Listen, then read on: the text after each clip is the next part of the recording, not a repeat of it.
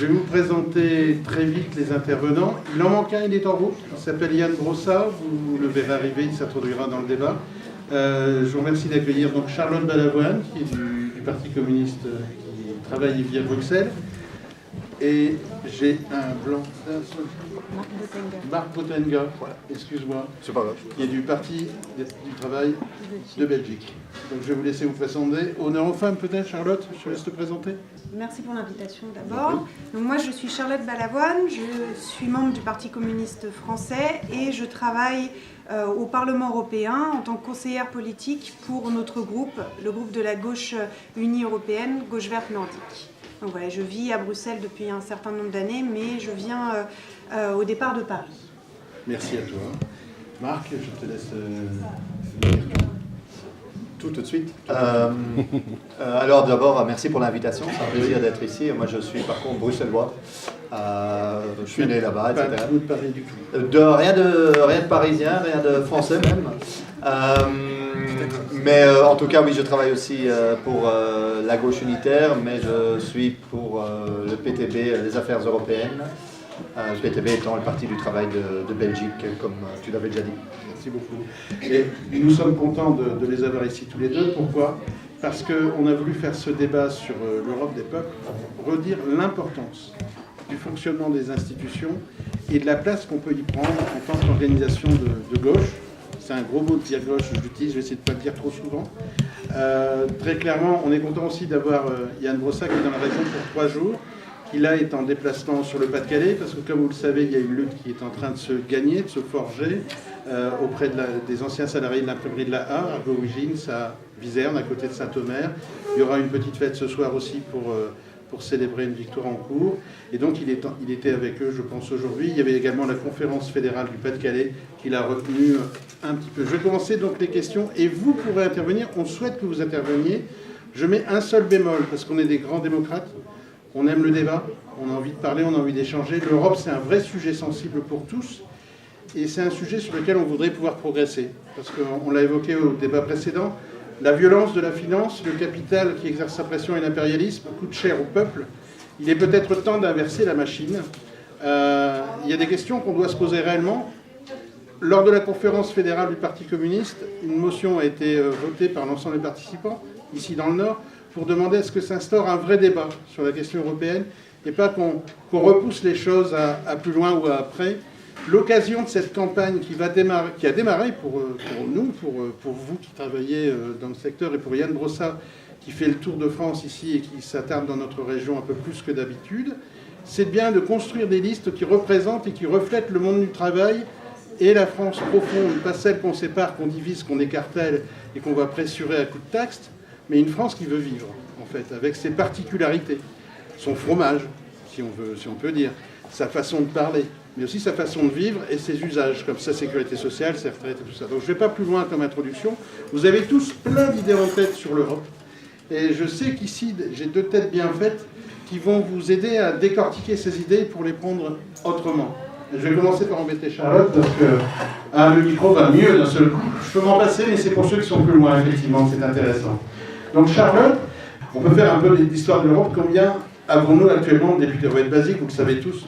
Combien avons-nous de députés en France qui peuvent se dire de gauche? Et qu'est-ce que ça représente aujourd'hui une gauche européenne?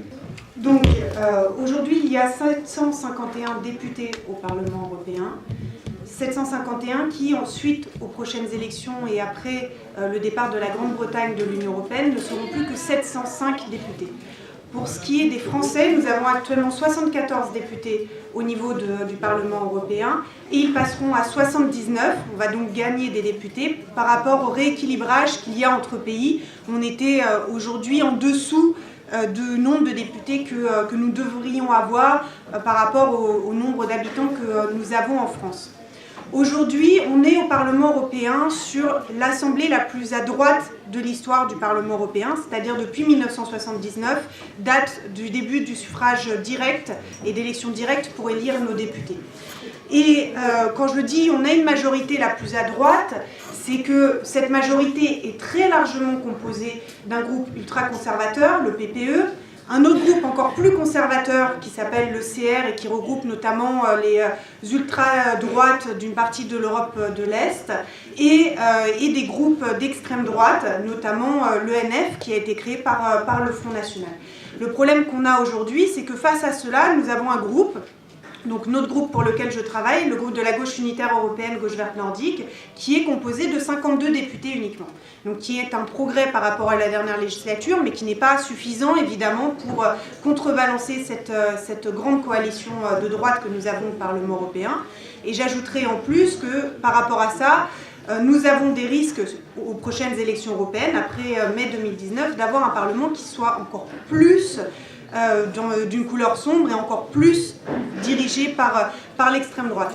À part notre groupe, nous avons aussi au Parlement européen le groupe des Verts, qui est aujourd'hui très divisé, qui est globalement composé de députés qui sont très favorables à l'Europe libérale, même s'il y a quelques aspirations écologiques derrière. Nous avons également des écologistes, mais antilibéraux au sein de notre propre groupe, notre propre formation politique, c'est la gauche verte nordique, donc qui sont des écologistes qui sont antifédéralistes et qui sont pour une Europe sociale. Et il y a aussi le groupe social-démocrate qui est composé très largement également de députés qui sont très à droite, que nous on pourrait considérer très à droite, puisque c'est un groupe social-démocrate qui est dominé aujourd'hui par l'Allemagne et donc par des députés pour lesquels le Parti socialiste français est encore un parti de gauche. Donc c'est pour vous donner un petit peu une échelle politique sur ce que nous avons aujourd'hui au Parlement européen, mais on pourrait aussi développer sur les autres institutions de l'Union européenne. D'accord, merci pour ce panorama, cette présentation effectivement du paysage politique général. Le mode de scrutin cette année, enfin en 2019, pour cette élection va être particulier. Est-ce que l'un d'entre vous, et je vais peut-être en profiter pour passer la parole à Yann, parce qu'il s'est reposé 2 minutes entre deux, et qu'il puisse se présenter. Donc merci Yann Brossat d'être présent parmi nous. Je sais que l'emploi du temps est très court et on est très content d'avoir pu avoir ta présence ici pour ce débat LM. Le mode de scrutin change, c'est pas le même que la fois dernière. Est-ce que tu peux en parler un petit peu ? Je veux bien en dire quelques mots. D'abord, je suis très content d'être ici et j'ai tout mon temps. Effectivement, le mode de scrutin des élections européennes a changé, puisque jusqu'à présent, le vote pour les élections européennes se faisait, en France en tout cas, par circonscription régionale. C'est-à-dire qu'il y avait de grandes régions et dans chaque grande région, on élisait ses députés européens. Maintenant, ce sera une liste nationale, c'est-à-dire qu'en France, il n'y aura qu'une seule circonscription et donc on votera sur des listes qui seront constituées de 79 candidats qui seront candidats à devenir demain députés au Parlement européen. Et c'est un mode de scrutin qui est à la proportionnelle. Dès lors que vous faites plus de 5%, vous avez un nombre de députés à la proportionnelle. Donc quand on fait 5%, en gros, on a entre 4 et 5 députés qui entreront au Parlement européen. C'est important de le dire parce que en France, on a quasiment plus de scrutin à la proportionnelle. Ça doit être la seule élection dans laquelle on a encore un scrutin à la proportionnelle. Et donc, dès lors qu'on fait plus de 5%, on fait rentrer des députés communistes ou progressistes, en tout cas, au Parlement européen. C'est un élément très très important pour mobiliser les électeurs en vue du scrutin du 26 mai prochain. Merci Yann. Vu de Belgique, Marc, comment ça se passe pour vous? Comment ça se présente l'organisation des élections? Je sais que vous avez eu des résultats au PTB très intéressants sur les élections locales, municipales. Est-ce que vous pouvez nous préciser quelle est un petit peu la vision? Parce qu'on sait aussi que des partis traditionnalistes, conservateurs ou néo-réactionnaires se développent dans certaines provinces. Oui, évidemment, le scrutin chez nous, il est assez compliqué au niveau purement technique. Donc nous avons 3 circonscriptions, si on veut. On a une circonscription germanophone, où est élu un député. Puis nous avons 2 circonscriptions, disons, plus importantes, une francophone et une néerlandophone, Bruxelles étant coupée en 2. Ce qui fait que pour avoir un élu, un député européen, nous devons faire un pourcentage assez conséquent du côté francophone, plus ou moins 12%, et du côté néerlandophone, environ 7%. Ce qui n'est pas négligeable comme résultat. Maintenant, évidemment, nous voulons mener cette campagne. Nous avons eu des résultats aux élections locales très encourageants, disons, dans ce sens-là. Donc à Bruxelles, on a été entre les 8 et les 16%, dépendant des communes. Dans le bassin liégeois, qui est une ville industrielle, et notamment dans la ceinture rouge, la banlieue rouge de Liège, nous sommes entre 20 et 25%. Donc il y a des endroits où ça se passe plutôt bien. C'est un travail que nous avons engagé depuis des années, évidemment. Mais c'est clair qu'au niveau européen, ça sera un défi, ça sera un combat pour arriver au Parlement européen que nous voulons mener parce que justement nous avons une vision européenne du changement. Donc en voyant l'Europe, l'Union européenne, mais aussi l'Europe de la Belgique, il est très clair que nous n'allons pas en Belgique changer fondamentalement les choses sans avoir un mouvement européen, disons, fort et mobilisé. Et nous l'avons vu en Grèce, nous l'avons vu ailleurs. Je veux dire, la puissance de l'appareil européen, la puissance du capital des multinationales européennes pour écraser toute résistance au niveau national ou au niveau local est impressionnante. Et donc nous devons, et c'est aussi à ce niveau-là que nous voyons les élections européennes, c'est pour nous lier davantage à d'autres mouvements, à d'autres mobilisations qui se font en Europe. Un exemple, c'est les luttes, le micro déconne un peu, c'est moi. C'est moi, non, ça m'arrive souvent. Un exemple très clair, très encourageant, nous l'avons trouvé dans les luttes des employés de Ryanair, qui ont réussi à travers l'Europe à se coordonner entre 87 bases. 87 bases dans des pays tout à fait différents, avec des travailleurs de partout, parce qu'en Belgique, Ryanair travaille en premier lieu, non pas avec des gens de nationalité belge, mais des gens venant d'Espagne, venant de Pologne, etc. Et donc, ils ont réussi, eux, dans une entreprise où les syndicats étaient interdits, de s'imposer et de faire des grèves européennes. Donc ça, c'est pour nous quelque chose qui nous donne une perspective, parce qu'on a très peu d'attentes par rapport, parce que Charlotte a parlé du Parlement européen, où la situation n'est pas glorieuse, mais parlons de la Commission européenne, voilà, c'est pire en pire. Voilà. Alors, bien, merci de rappeler effectivement ce que disait Charlotte tout à l'heure, et ce que disait Yann. Vous précisez une chose qui est importante, c'est que finalement, comme il y a une proportionnelle, il ne faut pas se rater au premier tour, grosso modo. Si on veut renforcer une présence qui ne soit pas celle liée au marché financier, il faut dès le premier tour avoir des votes constructifs pour permettre d'avoir des unions ensuite dans les autres pays, parce que c'est très diversifié. Je vais passer la parole à Yann, parce qu'il m'a réclamé, si vous voulez donner le micro, et après on parlera de... Je vais rebondir sur ce qui vient d'être dit, parce que tout le monde voit bien aujourd'hui qu'on est confronté à des problèmes qui ne peuvent pas se régler à la seule échelle nationale. Je prendrai 3 exemples. La transition écologique, par exemple. C'est une question qui est fondamentale et dont tout le monde voit bien que la France ne pourra évidemment pas régler le problème à elle seule. Deuxième exemple, les grandes multinationales auxquelles nous sommes désormais confrontés, elles ont une puissance telle que nos États ne sont pas capables de faire face. Des entreprises comme Google, comme Amazon, comme Facebook sont des entreprises qui ont une puissance absolument extraordinaire. Je le vois, moi, à Paris, en essayant de me battre contre une multinationale comme Airbnb, tout seul comme ville, mais même la France, elle ne peut pas faire face à des entreprises comme celle-là qui ont des valorisations en milliards d'euros. Troisième exemple, la question des réfugiés. On voit bien comment on est tous en difficulté dans nos États et dans nos villes pour faire face à un phénomène comme celui-là, qui d'ailleurs ne va pas se tarir dans les années qui viennent, notamment avec le réchauffement climatique. Donc on sent bien qu'on a besoin de coopération à l'échelle européenne.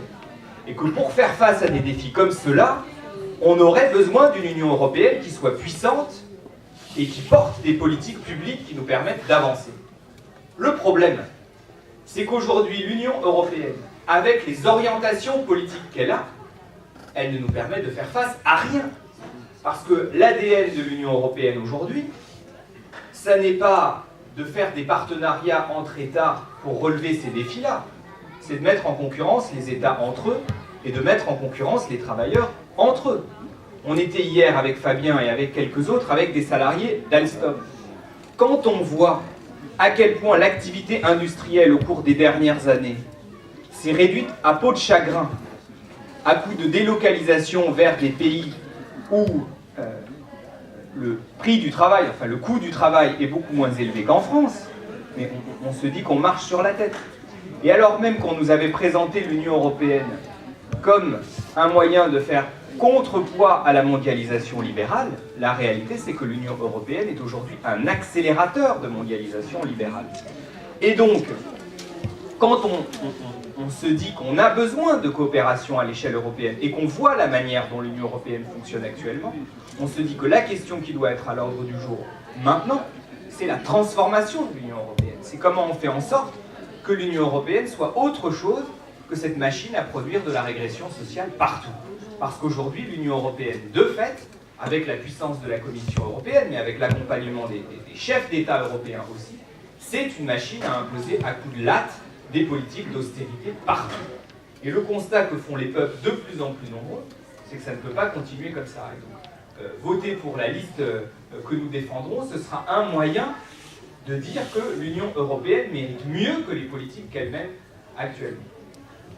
Merci Yann. Je profite de ce moment parce que je sens des interrogations, des envies de parler, ou je ne les sens pas. Mais je pense qu'il est nécessaire que vous interveniez aussi dans le débat, parce qu'on ne va pas rester nous aussi à vous dire quelle est la couleur qu'il faut choisir et comment il faut la faire.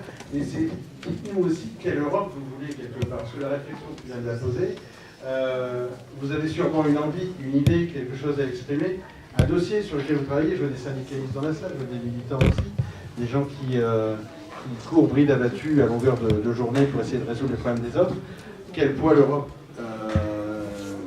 quelle marge l'Europe vous laisse et qu'est-ce qu'il faut changer? On attend vos questions, n'hésitez pas.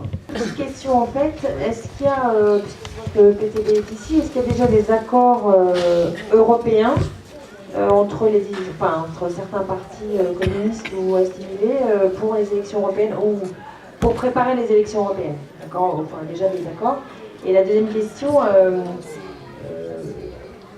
à aujourd'hui, quel est le programme fort en dehors de dire effectivement sur quoi là, on se rejoint tout à fait, mais quel est le programme qui est préparé ou qui est proposé? Parce que les gens ils voteront pas pour juste qu'on dise que l'Europe c'est pas bien telle qu'elle est, parce que les gens ils comprennent pas trop aujourd'hui. Je pense est-ce que l'Europe apporte ou pas dans leur vie au quotidien. Donc quel est le programme aujourd'hui qui est proposé pour dire voilà comment on veut changer l'Europe? Merci à vous. Qui veut répondre? Je pense que tous les trois, vous avez des choses à dire. Tu veux commencer? Tu veux que je commence? D'abord, est-ce que, évidemment, au niveau des coopérations, nous, on veut des coopérations les plus larges possibles. Donc, on est aujourd'hui membre associé de la gauche unie européenne, la gauche nordique verte, la gauche verte nordique. Et c'est une coopération à laquelle nous tenons beaucoup. Donc, il y a une énorme diversité au sein de ce groupe.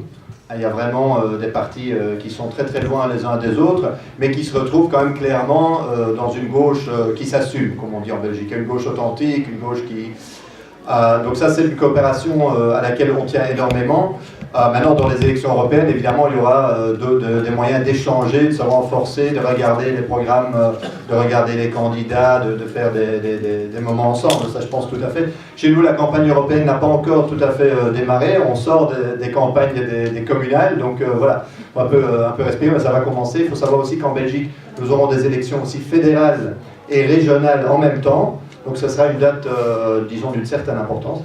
Donc voilà, ça c'est sur la première partie. Sur la deuxième partie, nous sommes très forts sur la rupture avec l'Union européenne, la rupture avec les traités actuels, parce que nous pensons effectivement que l'ADN de cette Union européenne, elle est complètement à droite. Elle a été construite, et on le sait, par la table ronde des industriels européens.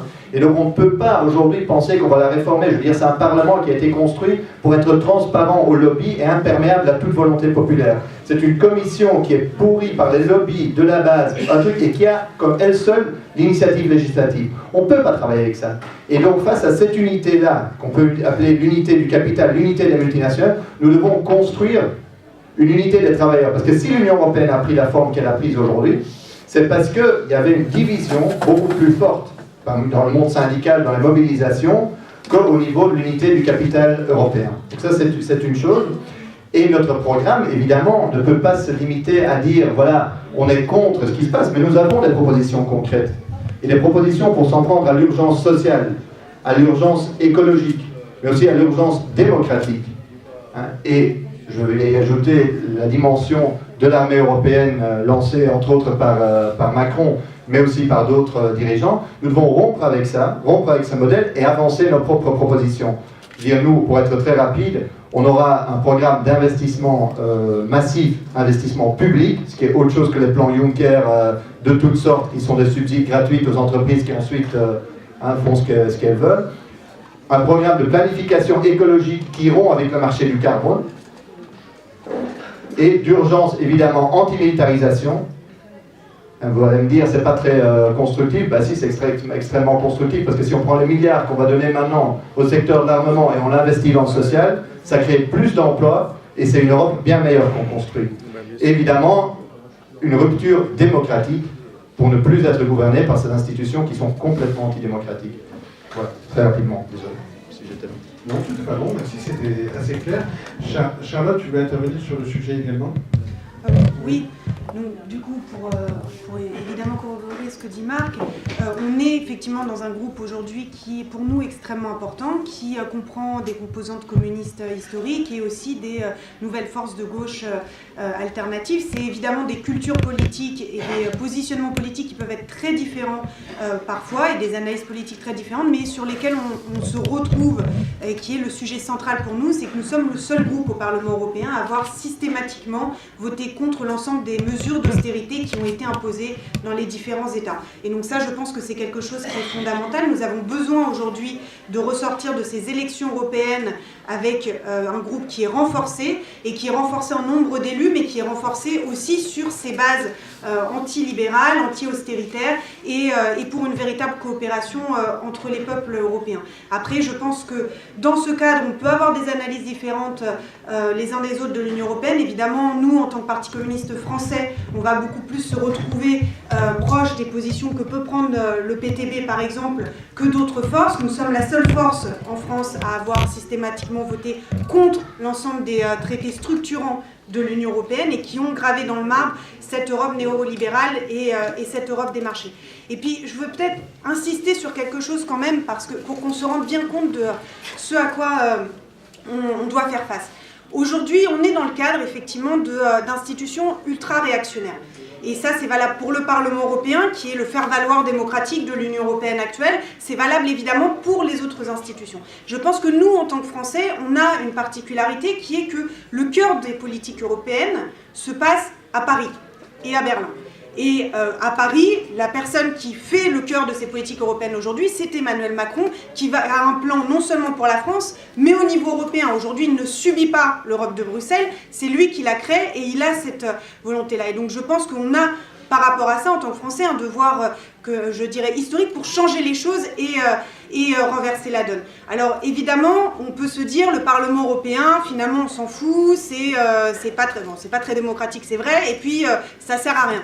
Bon, le problème, c'est que aujourd'hui, la réalité, c'est que quand je dis on a un groupe très divers, mais qui porte une certaine voix au sein du Parlement européen, si nous ne sommes pas présents, personne ne le sera à notre place. Porter une voix qui est celle des travailleurs au sein des institutions européennes, c'est la seule chose que nous pouvons faire pour faire évoluer les choses. Et donc nous avons des élus qui à la fois portent cette voix-là, qui est en totale contradiction avec les orientations de l'Union européenne actuelle. Nous avons aussi des élus qui sont constamment en lien avec le monde du travail, avec les forces syndicales, sur le terrain, parce qu'il ne s'agit pas uniquement de faire un travail d'amendement dans les institutions, il s'agit vraiment d'avoir des gens qui sont utiles aux populations et qui relaient les luttes. Et puis nous sommes là aussi pour construire le rapport de force au niveau européen. Vous vous doutez bien que le fait de pouvoir travailler avec des partis et des organisations au quotidien qui luttent dans chaque pays pour changer les choses, c'est une plateforme formidable pour avancer et avoir des propositions alternatives. Donc nous sommes là non seulement pour gagner ce qu'on peut gagner, ou pour ne pas perdre ce qu'on peut ne pas perdre, mais nous sommes là aussi pour être ce relais de ces luttes et avoir quelque part un pied dans les institutions et un pied dans le mouvement social, parce qu'on le sait, le rapport de force, il se joue autant dans les institutions que dans la rue aujourd'hui. Merci Charlotte. Je vais passer le micro à Yann, parce que la question qui a été posée la première, et j'espère qu'il y en aura d'autres, portée sur le programme. Donc je pense que en tant que chef de file des communistes, tu as déjà un petit peu ébauché et dévoilé des choses, me semble-t-il. Quelques mots là-dessus. 2 chiffres simplement, sans vouloir assommer tout le monde. Au cours des 10 dernières années, les richesses produites au sein de l'Union européenne sont passées de 15 000 milliards d'euros à 17 000 milliards d'euros. Ça veut dire qu'au cours des 10 dernières années, les travailleurs d'Europe ont produit 2 000 milliards d'euros de richesses supplémentaires. Et pendant ces mêmes 10 années, le taux de travailleurs pauvres au sein de l'Union européenne est passé de 7% à 10%. Qu'est-ce que ça veut dire? Ça veut dire premièrement qu'on n'a jamais produit autant de richesses au sein de l'Union européenne qu'aujourd'hui. La deuxième, c'est que dans le même temps, on n'a jamais connu autant de travailleurs pauvres au sein de l'Union européenne. Et la troisième, ça veut dire qu'il y a évidemment des gens qui se sont gavés sur le dos des travailleurs qui ont produit ces mêmes richesses et que des actionnaires s'en sont mis plein les poches pendant que la grande majorité des salariés de l'Union européenne aujourd'hui galèrent. Et donc, ça veut dire aussi qu'on aurait largement assez de richesses pour permettre à tout le monde de vivre dignement en Europe. Et donc, ce que nous disons, nous, c'est qu'il faut modifier de fond en comble les règles en vigueur au sein de l'Union européenne pour permettre à tout le monde de vivre correctement. 2 exemples, la question du travail, la question de l'argent. La question du travail d'abord. Aujourd'hui, toute l'Union européenne est fondée sur la mise en concurrence des travailleurs entre eux. Quand on voit le développement du travail détaché, quand on voit la multiplication des délocalisations à l'intérieur des pays de l'Union européenne, la moitié des délocalisations qu'on a subies en France, ce sont des délocalisations internes à l'Union européenne. C'est-à-dire que ce sont des entreprises qui étaient en France et qui sont parties vers un autre pays de l'Union européenne. Enfin, quand même, on n'a quand même pas créé l'Union européenne pour se tirer dans les pattes. C'est quand même une drôle de conception de l'Union que de passer son temps à se tirer dans les pattes à coups de dumping social. Donc, proposition très simple que nous faisons, par exemple, sur la question du travail détaché. Quand un travailleur, quelle que soit son origine, vient travailler en France, il travaille aux mêmes conditions qu'un Français. Parce que sinon, cela signifie qu'on met en place une concurrence déloyale qui, au lieu de nous tirer vers le haut, nous tire vers le bas. Parce que quand on est dans une Union européenne où on a des SMIC qui varient de 1 à 8, inévitablement, quand on met en concurrence tout le monde, ça fait qu'on tire tout le monde vers le bas. Deuxième exemple, la question des délocalisations. On ne peut pas continuer à avoir des délocalisations massives internes à l'Union européenne. Et puis, une fois de plus, je prendrai exemple sur ce que nous ont dit hier les salariés d'Alstom. Exemple très concret. On a décidé, grâce à une mobilisation des salariés et des élus il y a quelque temps, que les métros et les RER qu'on refait en Île-de-France seraient faits par Alstom. Et on s'aperçoit qu'en réalité, pour l'essentiel, ces métros et ces RER qui seront faits par Alstom ne seront pas construits en France, mais seront construits soit en Tchéquie, soit en Pologne. On ne peut pas accepter ça. Et donc il faudrait qu'on ait la possibilité, au moins quand on fait de la commande publique, de dire que nous souhaitons que ce soit produit en France, parce que cela permettra de créer de l'emploi en France. Puis par ailleurs, on nous dit beaucoup, et à juste titre, que la question de la transition écologique est une question fondamentale. Si en même temps on délocalise toute notre production vers les pays de l'Est pour ensuite la faire revenir en France, on ne peut pas dire que ce soit écolo pour un sou. Donc, ça c'était pour ce qui est du travail, et on a des propositions très concrètes qui permettraient de changer le cours des choses. Deuxième exemple, la question de l'argent. Au cours des 10 dernières années, la Banque Centrale Européenne a versé 3 000 milliards d'euros aux banques privées. 3 000 milliards d'euros, sans aucune espèce de condition, sans aucune espèce de contrepartie. Proposition simple que nous faisons, cet argent-là, au lieu d'aller vers les banques privées, il pourrait alimenter un fonds qui nous permettrait de développer les services publics, de proximité. Et l'Union européenne, au lieu d'être une machine à détruire nos services publics à coup de privatisation et à coup de mise en concurrence, elle permettrait de développer le service public en s'appuyant sur l'argent de la Banque Centrale Européenne. Alors vous me direz, évidemment, tout ça, c'est complètement contraire à ce que prévoient les traités européens. Mais ça tombe bien, les communistes, comme le disait Charlotte, sont la seule force politique de gauche à s'être opposée à l'ensemble des traités européens qui sont en vigueur aujourd'hui et qui nous conduisent à la situation actuelle. Mais c'est la question qui est évidemment posée. Si on veut que l'Union européenne soit autre chose que ce qu'elle est aujourd'hui, il faut rompre avec les traités européens actuels, et c'est la seule issue si on veut que l'Europe porte les espoirs des peuples au lieu de dégrader leur vie en permanence. Et puis un dernier mot sur sur le rôle du Parlement européen. Parce que aux élections européennes, on élit des eurodéputés. Or, beaucoup de gens ont souvent à l'esprit que le Parlement européen ne sert à rien, que la Commission européenne décide de tout, et que par conséquent, ça ne sert à rien de voter aux élections européennes, puisque ça n'est pas au Parlement européen que ça se joue. Quand on regarde les choses plus précisément, et qu'on regarde les derniers événements qui se sont déroulés au cours des dernières années, on s'aperçoit que ça n'est pas vrai.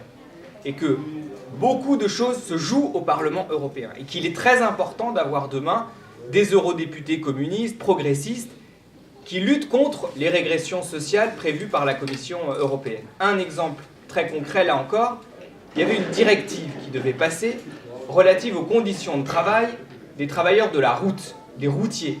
Les routiers, c'est 3 millions de salariés en Europe. Cette directive, elle prévoyait de dégrader leurs conditions de travail et notamment d'espacer leurs congés. Ce qui faisait que les routiers allaient pouvoir travailler 3 semaines d'affilée sans aucune espèce de jour de congé. Il y a eu une mobilisation de ces salariés. Il y a eu une mobilisation des eurodéputés et notamment des eurodéputés communistes. Et ils ont réussi à obtenir qu'une majorité au Parlement européen fasse échec à cette directive. Donc c'est la démonstration. Et donc cette directive, elle est aujourd'hui à la poubelle. Et donc c'est la démonstration que des parlementaires, même s'ils sont minoritaires, quand ils jouent un rôle de lanceur d'alerte, ils peuvent faire échec à un certain nombre de mesures de régression sociale. Donc c'est très important que demain on continue d'avoir des députés qui, de cette manière-là, puissent résister à ces directives européennes. Merci Yann. Avant que, à moins qu'il y ait une question dans la salle, sinon on aimerait bien revenir avec Charlotte sur la question des autres institutions. Il y a 2 questions quand même, oui, on va prendre 3 questions. Est-ce qu'on patiente pour revenir sur les institutions? Oui. Donc il y a un monsieur au fond. Après, il y avait Jean-Philippe ici. Alors ça tombe bien parce que avant de te laisser la parole, juste rappeler une chose pour ceux qui ne connaissent pas bien Helm, tout le monde n'est pas élémois ici. Helm est dans le centre du monde, comme chacun sait. Ici c'est un terreau, on le dit assez facilement, parce que c'est une ville à la fois de métallos et de cheminots. Il y avait du textile. La dernière usine textile a fermé il y a quelques années. Il y avait une imprimerie ici qui était énorme, qui était québécois, qui faisait des catalogues, des documents imprimés en couleur, qui a fermé malgré une dure bataille menée par des camarades. On est content, ce qu'on disait avant que vous arriviez, Yann et Fabien, qu'une autre imprimerie aujourd'hui est une victoire dans le Pas-de-Calais sur ce dossier-là. Mais ici, c'est aussi un terrain, pour dire un petit peu d'histoire, où sont nées à la fois, à la limite d'Helm et de Fives, les prémices de l'international avec les métallos de l'usine de Fives. Et puis on disait, les anciens disaient, les ateliers d'Helm qui sont ici, qui ont beaucoup moins de salariés qu'avant, c'était un petit peu le Billancourt de la région lilloise. Et c'est pas pour rien que certains viennent s'installer ici aussi. Il y a un terreau, un investissement, une réflexion militante de longue haleine. Donc je salue en même temps un retraité cheminot qui défend à la fois son journal Liberté et son parti et son syndicat avec la même rigueur. Je te laisse poser ta question. Merci camarade Franck. Merci les camarades d'être présents justement à la tribune. Et puis même merci à vous tous d'être avec nous. Pourquoi j'interviens? Parce que je suis cheminot, retraité maintenant, mais toujours syndicaliste. Parce que chez nous, on parle de continuité syndicale. C'est pas parce que du jour au lendemain, on est retraité qu'on n'est plus rien. On a besoin de faire part de notre expérience, de discuter avec les jeunes, de faire avancer les jeunes. Et justement, on a besoin de lutter contre cette casse sociale qui est très large. Elle est honteuse. Ce que j'ai vécu, moi, quand j'ai commencé en 76 au chemin de fer, c'était pas ce qu'on vit aujourd'hui. Nous, on se battait justement, c'était pour que les jeunes aient de l'emploi. On avait des patrons justement qui allaient dans ce sens-là. Le chemin de fer, c'était quelque chose qui contribuait à la vie des gens. Le syndicalisme, c'était quelque chose qui contribuait à la vie des gens. Être dans un parti, moi j'avais choisi le mien à l'âge de 18 ans. Je suis communiste et j'en suis fier. Voyez. Et je me pose la question aujourd'hui, quand je vois tous ces jeunes autour de moi, je me dis, mais mince, j'espère qu'un jour ils seront cheminots, j'espère qu'un jour ils seront postiers, j'espère qu'un jour ils seront dans la santé. Voilà. Et tout ça, c'est important. Je pense que l'Europe, c'est ça. L'Europe de demain, c'est ça. Alors, quels moyens se donne-t-on? Aujourd'hui, quand je vois comment on casse l'entreprise, on automatise tout, soi-disant au service justement de l'usager. Ça n'est pas ça. On automatise tout justement, c'est pour supprimer, pour casser le personnel, pour supprimer du personnel. Et quand nous, on parle de la gratuité des transports, certains de mes collègues ne comprennent pas, se disent, mince, moi je suis contrôleur, et demain, quand on va parler de gratuité des transports, on va supprimer mon poste. Non, ça n'est pas ça l'Europe. Et c'est pour ça qu'on a une discussion à avoir, une discussion à donner. Nous sommes tous acteurs justement de ce changement. Être acteur du changement, eh ben, c'est participer, c'est expliquer ce qu'il est en train de se passer. Pour les étudiants, c'est pareil, hein, quand on voit la casse justement de ce service public, de l'enseignement, on a besoin de s'instruire. S'instruire, c'est quelque chose d'important. Aller dans la vie. Il y a quelques années, on aurait dit, pour serrer des boulons dans une usine, on n'a pas besoin d'être intelligent. Mais si, la culture, elle est partout. L'intelligence, elle est partout. Soignons-la. Et aujourd'hui, ce que je voudrais, c'est avoir l'avis justement de mes camarades, justement, comment fait-on l'exemple.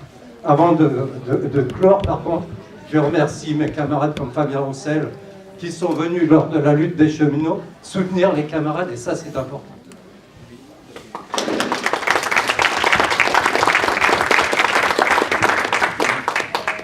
Je vais témoigner, c'est justement les luttes des cheminots.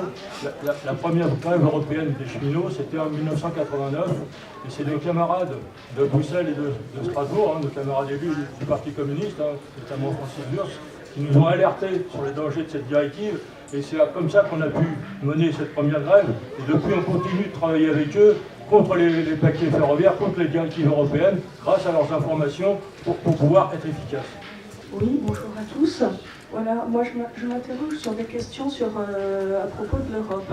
J'ai entendu avec attention ce qu'a dit le camarade du PTB sur le projet de constitution d'une armée européenne.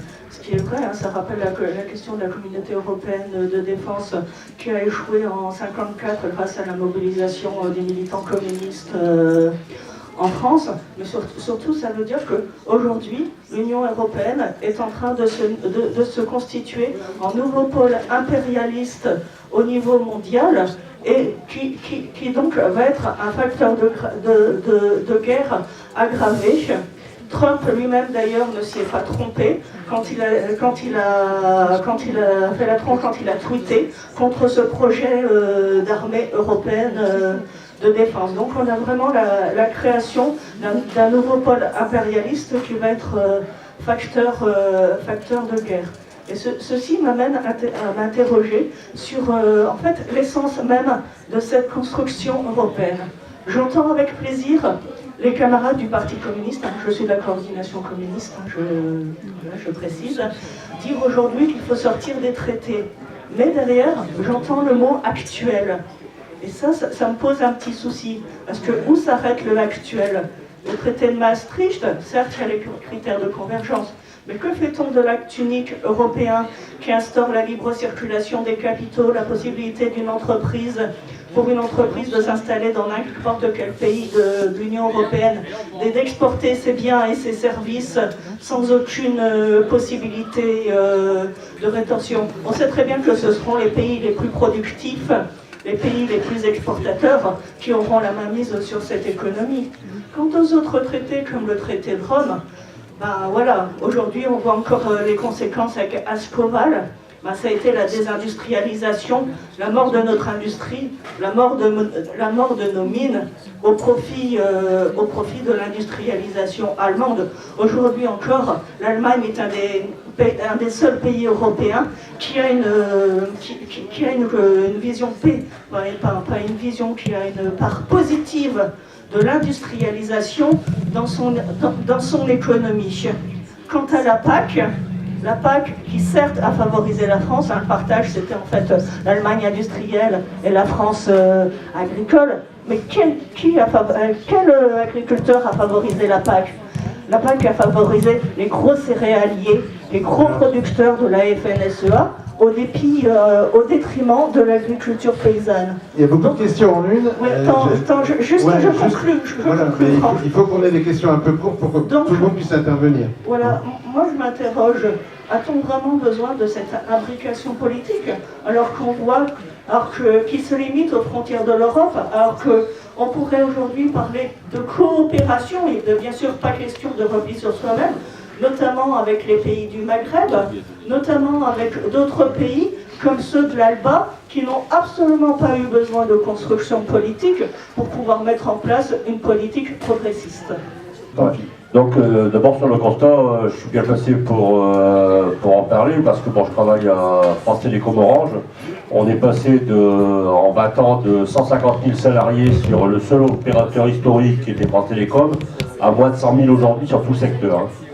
Donc on voit les dégâts quand on fait l'ouverture à la concurrence de la télécommunication. Après moi la question que je me pose c'est que parfois nous on est à Tourcoing et donc on a des secteurs populaires. Parfois quand on passe il y a un peu un amalgame malheureusement. La gauche, enfin, pour les gens, la gauche ils mettent dans le même panier socialistes, communistes. Et donc, aujourd'hui, ce qu'on voit sur les quartiers populaires, qui sont ceux qui vont voter le plus pour nous, c'est une énorme abstention qu'on a dans ces quartiers-là. Et donc, comment on pourrait faire pour les intéresser? Qu'est-ce qu'on peut leur dire pour les amener à voter, notamment pour les députés européens? Enfin, comment on peut arriver à les convaincre alors qu'ils ont été tellement déçus par les politiques nationales que pour les politiques européennes, quelque part, c'est un peu trop éloigné d'eux. Et après, j'ai une toute petite dernière question. C'est donc Yann, tête de file pour le Parti communiste. Est-ce qu'on avance et à quand tête de liste? Pour rebondir un petit peu sur ce qui vient d'être dit au niveau de la salle, tout d'abord pour reprendre les interventions de nos camarades cheminots, je pense que c'est justement un bon exemple par rapport à ce que disait Yann tout à l'heure de comment le Parlement européen pourrait être une instance de blocage à défaut d'être aujourd'hui une instance de progrès. Il faut savoir que le 4e paquet ferroviaire, donc qui a justifié toute la libéralisation en France de la SNCF et un peu partout en Europe des entreprises ferroviaires, ce 4e paquet ferroviaire a été validé par le Parlement européen à 30 voix près.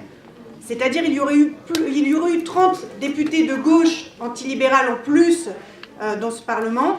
On aurait pu mettre en échec ce paquet et on aurait pu avoir plus de temps pour construire la mobilisation et faire en sorte que cette privatisation n'arrive pas. Et donc du coup là on est vraiment dans le cœur du sujet de à quoi ça sert d'avoir des élus et comment ils peuvent aider aussi à faire blocage aux réformes qu'on a nous aujourd'hui en France. Quand on parle d'Europe de la défense, c'est effectivement un des grands sujets du moment, de cette fin de législature et de la prochaine, qui est en train d'être construite. On a reçu cette semaine en session parlementaire Madame Merkel au Parlement européen qui nous a un petit peu détaillé cette proposition. Alors soyons clairs, hein. Aujourd'hui il ne s'agit pas de créer un pôle impérialiste en dehors des États-Unis, il s'agit d'une intégration renforcée à l'OTAN. Et aujourd'hui ce qui se passe, c'est que la politique étrangère de l'Union européenne est totalement soumise aux intérêts des États-Unis et aux intérêts du gouvernement nord-américain. Dire d'ailleurs, et ça c'est une des grandes propagandes qu'on nous fait, l'Europe c'est la paix. Il n'y a jamais eu autant de guerres qu'aujourd'hui aux frontières de l'Europe.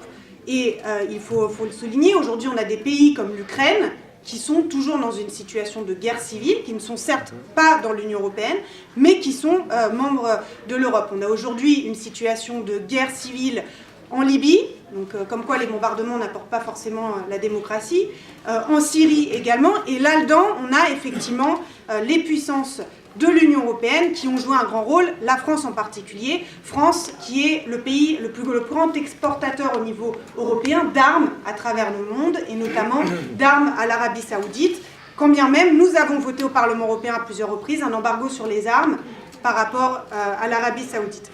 Donc je pense que là-dessus, c'est effectivement une des choses sur lesquelles les communistes, nous sommes souvent très seuls à dire, face à cette Europe de la défense, nous sommes là pour promouvoir une Europe de la paix et de la coopération avec les peuples, et je pense que ça fera partie des grands sujets de débat que nous aurons dans les prochains mois.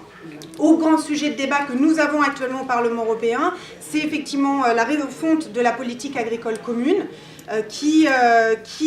qu'on veut aujourd'hui faire baisser. Alors qu'on s'entende bien, la politique agricole commune, c'est un des seuls instruments au niveau de l'Union européenne qui n'est pas un instrument néolibéral. C'est-à-dire, c'est un instrument de subvention à l'agriculture qui est extrêmement mal fait, puisque effectivement aujourd'hui 80% des subventions arrivent à 20% des agriculteurs.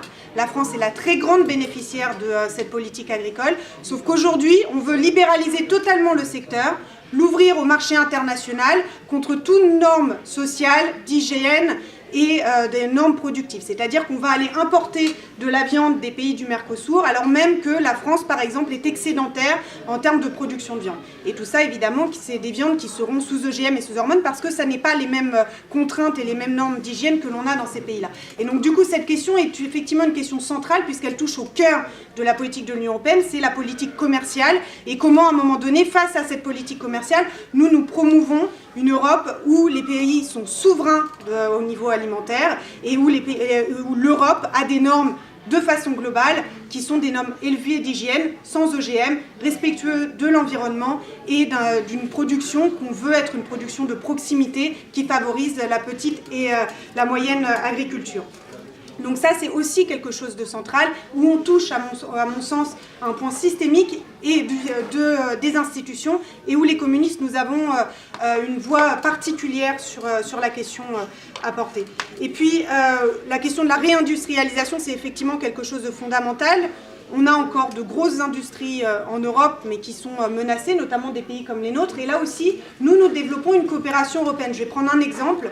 Il y a eu, l'année dernière, une grande grève à Caterpillar en Belgique parce que l'entreprise allait délocaliser. Caterpillar, c'est une entreprise qui est aujourd'hui en France et en Belgique avec des salariés des deux côtés de la frontière et qui est une entreprise qui produit et qui distribue en particulier en France et en Belgique.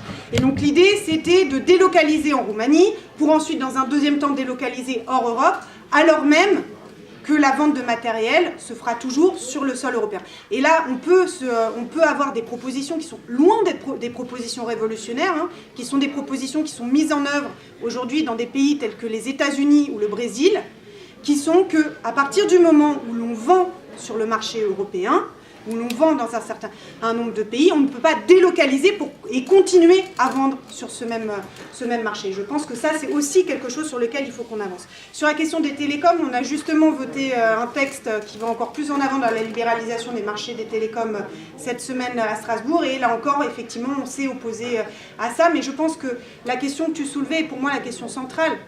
Comment aller faire voter les gens ? Comment lutter contre l'abstention ? On a souvent l'impression, il faut le dire, c'est organisé, que l'Union européenne, c'est loin de nous, ça ne nous concerne pas. La réalité, c'est que l'Union européenne, c'est tout ce qu'il y a autour de nous. C'est la ligne de fret qui a été supprimée, c'est les transports en commun qui sont de moins en moins nombreux, c'est la mise en concurrence, comme disait Yann tout à l'heure, des travailleurs et donc de plus en plus de chômage. Et donc, du coup, je pense que c'est contre cette idée-là qu'il faut aller et dire l'Union européenne, ça te concerne, ça me concerne. Et soyons clairs, si ce n'est pas nous qui faisons le choix à un moment donné de nous mobiliser, qu'on ne s'inquiète pas en face, ils se mobilisent, ils sont organisés et ça sera un rouleau compresseur. Mais moi je pense que le rouleau compresseur c'est comme chaque machine, elle peut s'enrayer à un moment donné. Merci Charles. L'heure tourne, on s'était dit 1 heure pour le débat et 1 heure c'est bien court pour un sujet aussi vaste. Je vais passer la parole à Marc et après à Yann. Je pense que, à moins qu'il y ait d'autres questions, alors vite, très vite. Je suis vice-présidente de l'UNEF, de l'UNEF-LI. Et nous, les étudiants, on a lutté contre la sélection et également contre la privatisation des universités. Et en ce moment, on voit bien que le modèle universitaire ressemble de plus en plus au modèle anglo-saxon et qui tend vers une harmonisation voulue des modèles universitaires européens. Et donc vous, en tant que député européen, comment comptez-vous agir face à ce problème ? Moi, je remets une couche sur l'interrogation par rapport à l'abstention. Ça, je crois que c'est vraiment notre obstacle. Et deuxièmement, comment combattre l'éparpillement des listes de gauche, quoi. Qu'est-ce qu'on peut faire par rapport à ça? Moi, je m'attendais rien. Les exemples qui ont été cités, les pensions, les cheminots et maintenant aussi les étudiants, je pense que c'est 3 dimensions éminemment européennes, mais aussi sur lesquelles on a réussi certaines mesures à construire des solidarités européennes. Donc il y a eu effectivement la lutte des cheminots maintenant en France, mais il y a des cheminots belges qui sont venus renforcer les luttes en France et exprimer une solidarité qui était très bien accueillie d'ailleurs. Donc je pense que c'est très important parce qu'effectivement c'est le même paquet ferroviaire.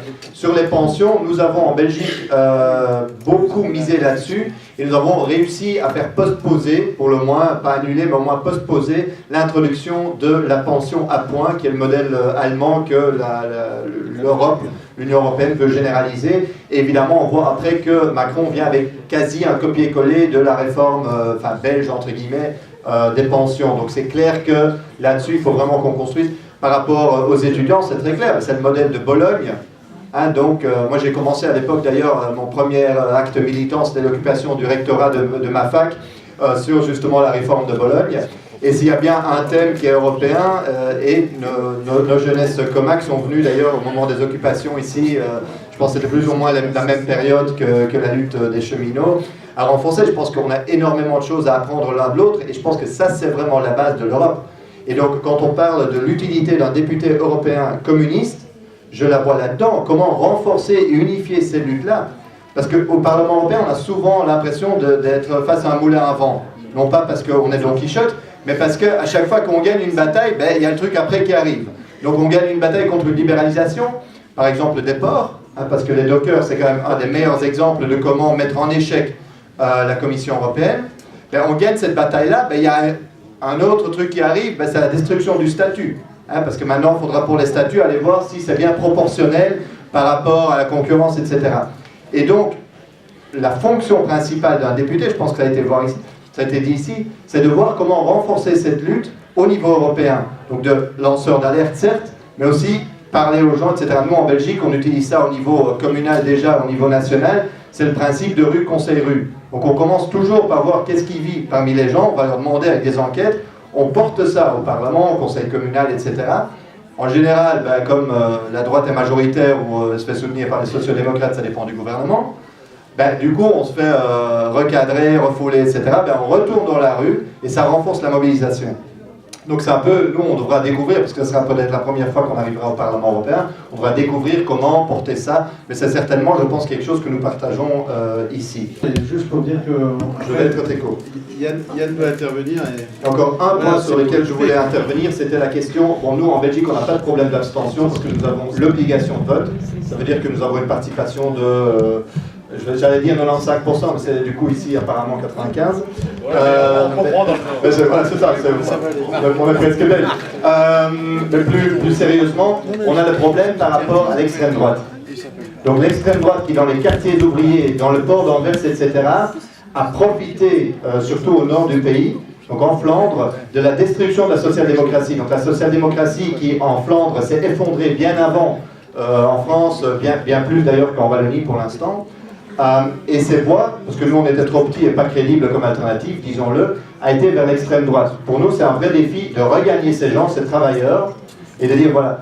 Et une des choses que nous avons apprises en Belgique, ce qui a marché surtout à Anvers, etc., c'était de dire voilà, nous on n'a rien à voir avec ces sociodémocrates, avec leur city marketing, avec le socialisme bling-bling, caviar, etc.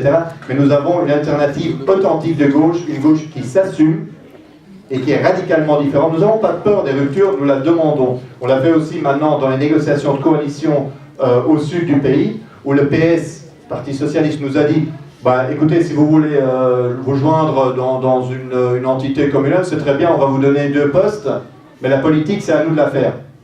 On a dit, les gars, faites-la, mais nous, on fera l'opposition, on sera avec les travailleurs dans la rue contre votre conseil. Mais ça, c'est très important, ça nous a permis de construire une crédibilité face à ces travailleurs-là que nous avions perdu à droite. L'abstention sera, je crois, notre principal adversaire le 26 mai prochain. Élection à un tour, d'ailleurs. Si on s'est abstenu au premier tour, c'est pas la peine de se rattraper au deuxième, il n'y a pas de deuxième tour. Donc il faut voter le 26 mai et dès le 26 mai. 2 choses. D'abord, la première des choses, et Charlotte l'a dit, c'est que les élections européennes, le Parlement européen, ça n'est pas loin des préoccupations quotidiennes. Parce que l'Union européenne, elle s'occupe tous les jours de nous. Le problème, c'est qu'elle s'en occupe mal. Donc on a besoin au Parlement européen d'avoir des gens qui portent autre chose que la loi du profit, la loi de l'argent qui nous pourrit la vie depuis maintenant des années. Ça, c'est la première des choses. D'ailleurs, quand même, quand le Premier ministre annonce le gel des APL, le gel des retraites et le gel des allocations familiales, il dit immédiatement « je le fais parce que je dois respecter la diminution des déficits prévus par les traités européens ». Il le dit. Et donc, ils sont quand même assez faux culs, d'ailleurs, parce que quand ils annoncent des mauvaises nouvelles, ils disent « c'est parce qu'il y a la Commission européenne qui surveille notre budget ». Mais au moment des élections européennes, on n'aurait pas le droit de parler de la politique nationale. Mais c'est une plaisanterie, puisque la politique nationale est directement liée à des recommandations de la Commission européenne. Donc bien sûr que si, qu'on va profiter des élections européennes pour dire aussi ce qu'on pense de la politique de Macron, puisque c'est le décalque de la politique promue par l'Union européenne. On va se gêner? Ben non, on va le dire, bien sûr. Donc ça, c'est la première des choses. Ce qui se décide au Parlement européen a des conséquences quotidiennes sur ce que nous vivons en France et sur ce que le monde du travail vit aujourd'hui en France. C'est essentiel si on veut mobiliser l'électorat. Ce ne sont pas des questions institutionnelles, ce ne sont pas des questions abstraites qui se règlent au Parlement européen. Ce sont des questions qui renvoient directement à ce que nous vivons dans nos territoires. Deuxième chose, ces élections européennes, et Marco vient de le dire, sont des élections qui ne seront pas tout à fait banales. Ce ne seront pas des élections européennes comme d'habitude, pour une raison toute simple. C'est que le risque que demain, l'extrême droite est le groupe le plus important au sein du Parlement européen est un risque réel. Parce que l'extrême droite progresse partout. Progresse dans les pays de l'Est, progresse dans les pays fondateurs de l'Union européenne, en Italie, qui était quand même l'un des pays européens les plus favorables à l'Union européenne. Donc l'extrême droite, elle progresse partout. Et elle progresse partout, pourquoi ? Parce que les politiques libérales qui ont été menées au sein de l'Union européenne ont fini par dégoûter les Européens de l'Europe. Et donc, ils se retournent vers des solutions d'extrême droite. Donc notre responsabilité, elle est énorme, énorme. Parce que nous, on doit être capable de faire émerger une alternative. Nous devons réveiller une espérance sociale en Europe. Sinon, c'est l'extrême droite qui tirera les marrons du feu. Cette extrême droite, d'ailleurs, qui se présente partout comme une alternative aux libéraux, mais qui, quand elle est aux responsabilités, met des politiques plus libérales que libérales en œuvre. Regardons ce qui se passe en Autriche quand même. La semaine de 60 heures. Ils ont voté la semaine de 60 heures. L'extrême droite alliée à la droite traditionnelle en Autriche a décidé la semaine de 60 heures. Donc à chaque fois qu'on voit, nous, un militant du Rassemblement national, il faut lui demander s'il est d'accord avec ses amis autrichiens qui ont voté la semaine de 60 heures, parce qu'ils siègent dans le même groupe au Parlement européen. Donc ils ne peuvent pas nous dire que ce n'est pas leurs amis. Ce sont leurs amis.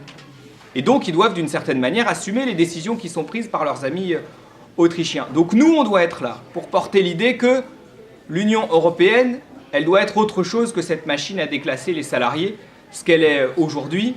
Et donc, il est très, très, très important qu'il y ait un maximum de voix qui se portent sur nos listes, puisque nous sommes présents dans différents pays à l'occasion de ces élections européennes.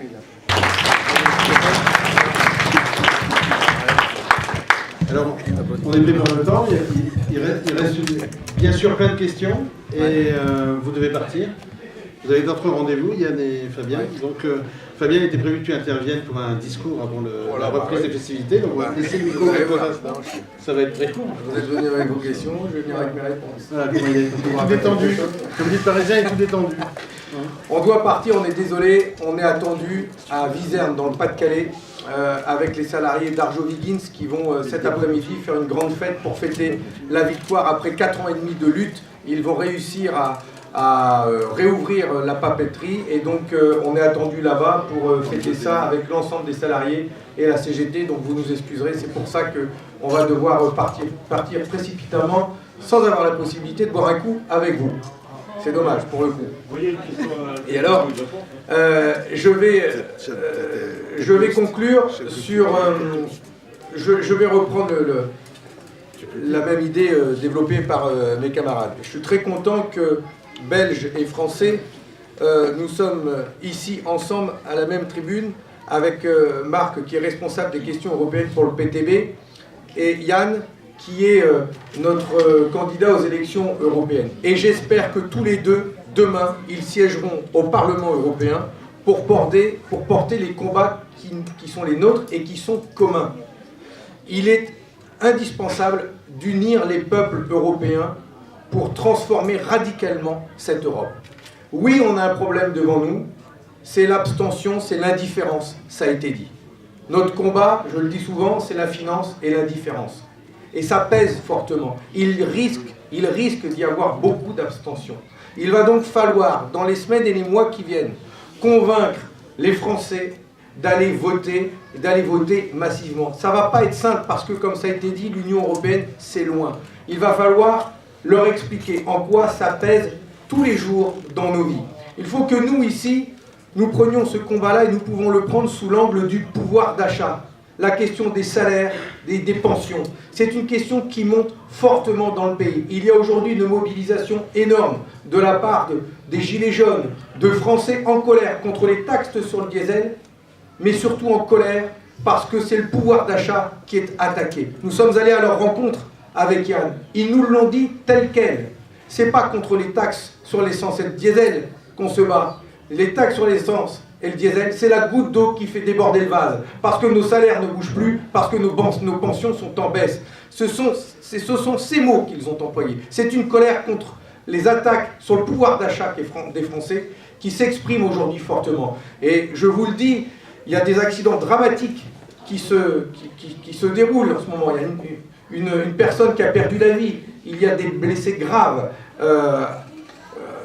autour de ce mouvement.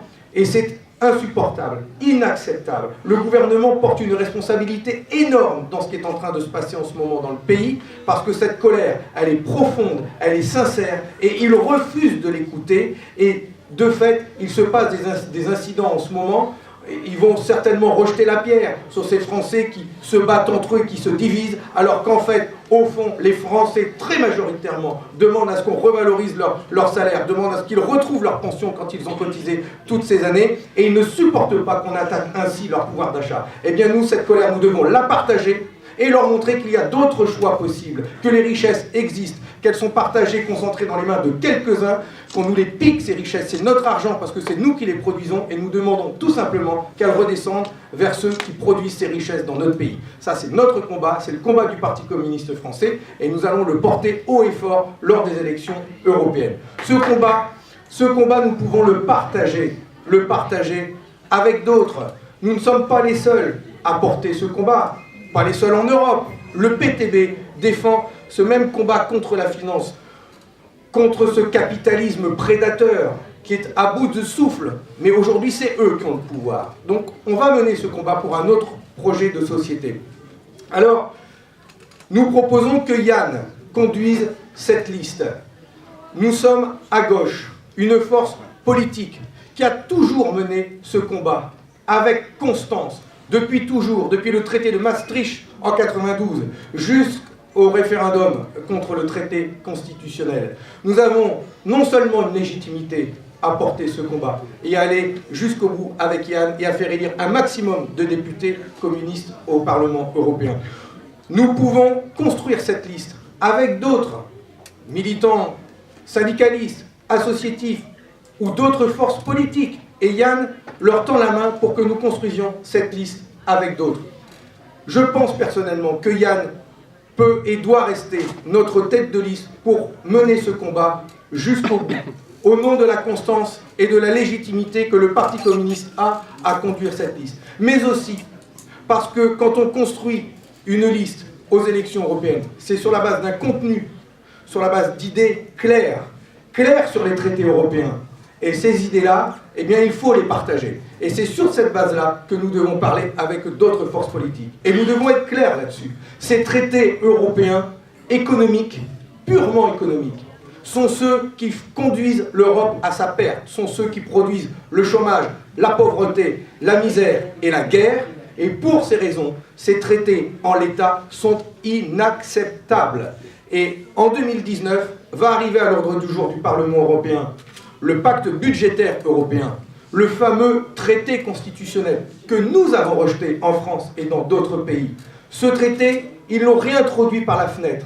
Il s'appelle le TSCG, pacte budgétaire européen. Ce traité, ils l'ont fait adopter par les parlements nationaux, et c'est Sarkozy qui l'a fait adopter ici, en France.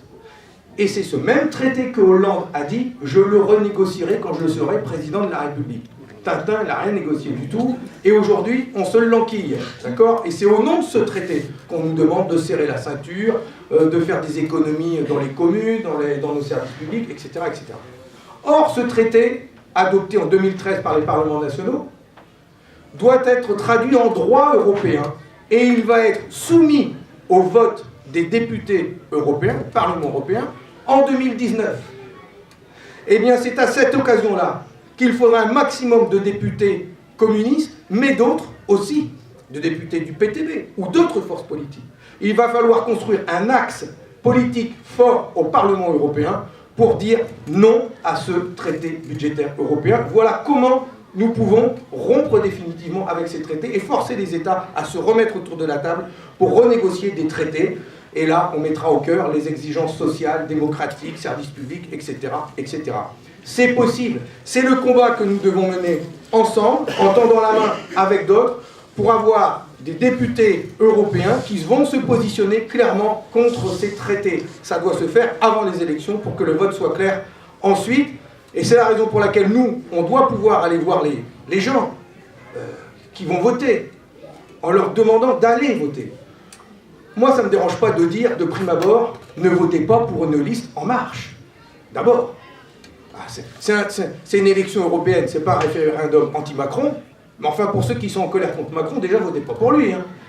Allez voter et pas pour lui. Et deuxième chose, votez pour des députés communistes au Parlement européen, parce que nous avons toujours été clairs là-dessus. Notre programme sera centré sur les questions de pouvoir d'achat, de répartition des richesses, de services publics, et nous, les députés communistes, il y a une chose que l'on ne pourra jamais nous reprocher, c'est notre constance et le fait que nous sommes incorruptibles. Nous, les lobbying, n'auront jamais de poids sur nous.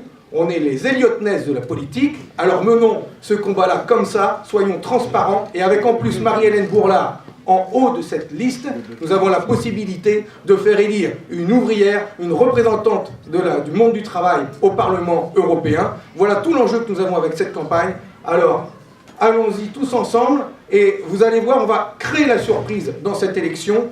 Et nous pouvons véritablement envoyer des députés communistes siéger au Parlement européen et réussir à inverser la tendance actuelle. Merci beaucoup.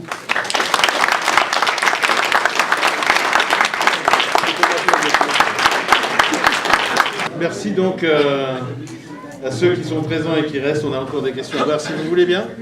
On a un quart d'heure, tu me dis. Mais est-ce que d'abord il y a d'autres questions et comme ça je ferai un mixte de tout pour essayer de ne pas vous assommer direct. Hier, il y avait les frères Boquet qui intervenaient dans le Cambrésis et qui, sur leur thème de prédilection qui est l'évasion fiscale, l'optimisation fiscale.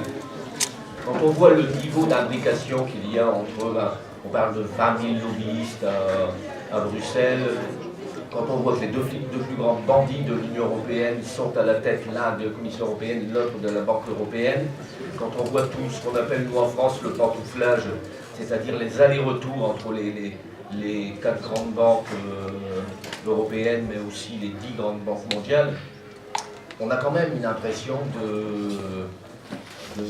d'impuissance. Et on se dit que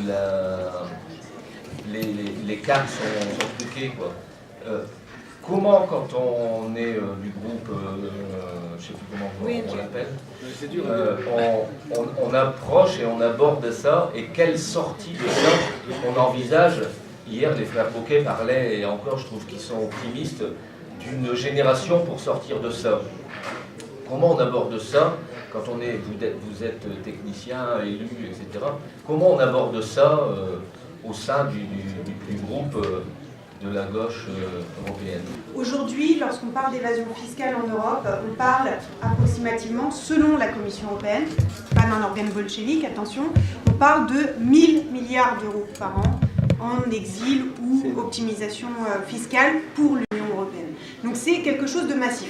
Non seulement c'est quelque chose de massif, mais en plus on a eu l'occasion ces dernières années d'observer à un moment donné un scandale tous les 3 mois. Donc ça va des Panama Papers, aux LuxLeaks, aux grands groupes et aux grandes fortunes qui vont cacher leur argent ailleurs dans les paradis fiscaux ou au sein même de l'Union européenne, puisque nous avons aujourd'hui dans l'Union européenne un certain nombre de pays qui se font les égéries de cette évasion fiscale et qui ne sont absolument pas empêchés par rapport à ça. Alors comment ça se passe? Tout d'abord, dire que l'on a gagné des points sur ce combat-là. Le premier point qu'on a gagné, et notamment grâce à des personnes comme les frères Bocquet, c'est de mettre sur la place publique un débat qui était caché. Parce qu'il faut bien se rendre compte que la question de l'évasion fiscale aujourd'hui, c'est pas un truc annexe à côté du système, c'est le cœur du système politique et financier qui régisse actuellement nos États et l'Union européenne. Et donc face à ça, on a réussi à mettre sur la place publique ces débats-là. On a été obligé d'avoir des institutions qui réagissent, plus exactement qui font semblant de réagir, qui donnent le change. Au Parlement européen a été créé des commissions taxe 1, taxe 2, taxe 3, pour faire face à ces scandales, pour auditionner à un moment donné les auteurs de ces scandales et pour proposer des solutions. Il y a eu aussi la Commission européenne, on parle toujours des institutions européennes, c'est la Commission européenne qui a l'initiative des lois au niveau de l'Union européenne. C'est valable pour tout. C'est valable aussi pour les questions d'évasion fiscale. Le commissaire en charge de ça s'appelle Moscovici, c'est le commissaire français. Donc Moscovici, face à tous ces scandales, a dit « Ah oui, alors là, ça suffit, il faut réagir ». Bon, il a d'abord commencé par dire « Il n'y a pas de paradis fiscal dans l'Union européenne ». Ça ne nous concerne pas. Bon, alors s'il n'y a pas de paradis fiscal, je ne sais pas ce que sont l'Irlande, Chypre, le Luxembourg, la Belgique aussi pour une part. Bon, voilà. Après, il a dit donc la première chose à faire, c'est de définir une liste des paradis fiscaux. Et alors là, on a eu le droit à un sketch absolu. Donc, c'est-à-dire que le sketch, ça a été donc une liste des paradis fiscaux. On vous propose 11 pays, il n'y a pas le Panama. Donc, après les Panama Papers. Hein. Bon, on se dit, bon, c'est quoi ce bordel? Donc, liste 11 pays, rejetés par le Parlement européen, quand même. Pour vous dire, même une assemblée aussi conservatrice, les députés, à un moment donné, qu'ils soient même d'extrême droite, n'ont pas pu assumer cette liste qui a été proposée. Reproposition, re-rejet par le Parlement. Parce que qu'est-ce qui se passe? C'est que la Commission européenne élabore une liste. Après, il y a une tractation entre les États membres. C'est-à-dire que les uns et les autres vont dire « non, là, attention, celui-là, tu peux pas le mettre parce qu'on a des accords avec eux et tout ça. » Donc, les Bahamas, non, enfin, quand même sensible. Donc, du coup, on va pas les mettre. Les îles Caïmans, bon, là, on sait pas trop et tout ça. Et donc, à la fin, on se retrouve sans rien. Donc, nous, qu'est-ce que l'on prône? Déjà, il faut savoir qu'on est le groupe le plus avancé sur ces questions-là. Nous, en plus des commissions parlementaires dans lesquelles nous siégeons, nous avons commandé des études sur les politiques européennes en matière de fiscalité. Nous avons demandé à avoir des analyses de fond par rapport à ça. Et aujourd'hui, nous sommes à l'initiative, ce qui me semble être la seule voie par laquelle aller, nous sommes à l'initiative de rencontres de parlementaires nationaux à travers l'Europe qui luttent contre l'évasion fiscale et l'optimisation fiscale. La première réunion a eu lieu à Bruxelles il y a quelques semaines et l'idée est de réitérer ça tous les 6 mois pour arriver à avoir des propositions communes dans les différents États et au niveau européen par rapport à ça. Et pour ce qui nous concerne, nous, en tant que Parti communiste français, nous avons une proposition phare. On en a plein sur les questions d'évasion fiscale, mais nous en avons une en particulier que nous voulons partager et porter avec d'autres lors de ces échéances européennes. C'est la question de la COP fiscale mondiale, puisque aujourd'hui, on le sait, il faut des harmonisations fiscales au niveau européen et au niveau mondial pour éviter ce fléau. Mais pour ça, il faut que tout le monde se mette autour de la table. Et donc, nous, ce que nous demandons, c'est un plan d'urgence. Comme ça a été fait avec la COP 21 pour les questions d'écologie, nous voulons une COP fiscale mondiale qui nous permette de légiférer et au niveau européen et au niveau mondial et qui en plus nous permette de passer outre ou par-dessus les blocages qui sont mis en place par la Commission et par le Conseil européen aujourd'hui. Il faut savoir que la Commission européenne, son principal rôle, pourquoi elle a été créée, c'est légiférer sur le droit de la concurrence. Donc aujourd'hui, on confie à une institution dont le rôle est de légiférer sur le droit de la concurrence, on lui confie la charge de lutter contre l'exil fiscal. Bon, enfin, ça ne marchera pas. Et donc du coup, nous, ce que nous voulons, c'est effectivement construire les choses au niveau de la lutte sociale, parce que sinon on n'y arrivera pas, et jusque dans les institutions en portant cette revendication. Merci beaucoup. On peut peut-être prendre une dernière question si on a une, mais sinon après, c'est au bar. Merci à tous. J'espère que vous avez eu les réponses que vous attendiez. Merci.